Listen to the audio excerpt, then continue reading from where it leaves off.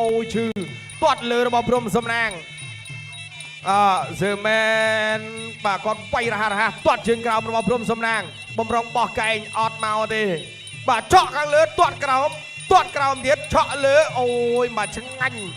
ទាត់ឆ្វេងរបស់ព្រំសំណាងទាត់ក្រោមរបស់សឺមែនគៀងហើយវាយពោះទឹកវាយសងវិញរបស់ព្រំសំណាងបាទសឺមែនវាយពោះទឹកវាយលើសងរបស់ព្រំសំណាងទាត់ក្រោមពីសឺមែនទាត់ក្រោមរបស់សឺមែនទាត់ក្រោមរបស់ព្រំសំណាងឆក់ម្ដាយទៀតអាយ៉ាមកជប់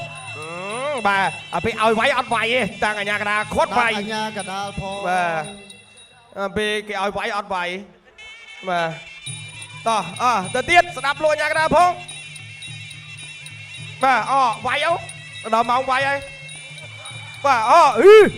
បាទទៅឲ្យសឺមែនគៀងវាយពួតទឹកវាយពី3ដៃទាត់លើមួយទៀតកែងរបស់ព្រំសំណាងជង្គង់របស់សឺមែនទាត់ជើងក្រោមរបស់សឺមែនទាត់ក្រោមមួយទៀតពូណាងចេញរួចកែងរបស់ពូណាងអត់ដល់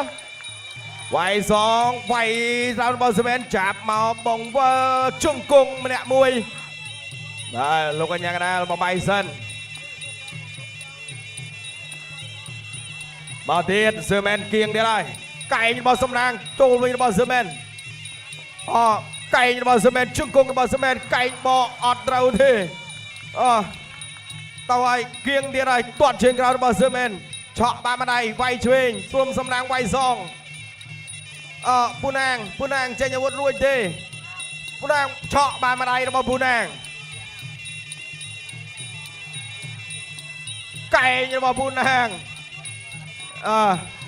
ធាក់ជើងក្រោមពីសឺមែនចាប់ទឹកទី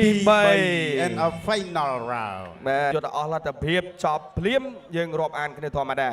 អរគុណប្រកូលទុនទីជូនដល់គណៈកម្មការបច្ចេកទេសប្រកាសលទ្ធផលជាផ្លូវការ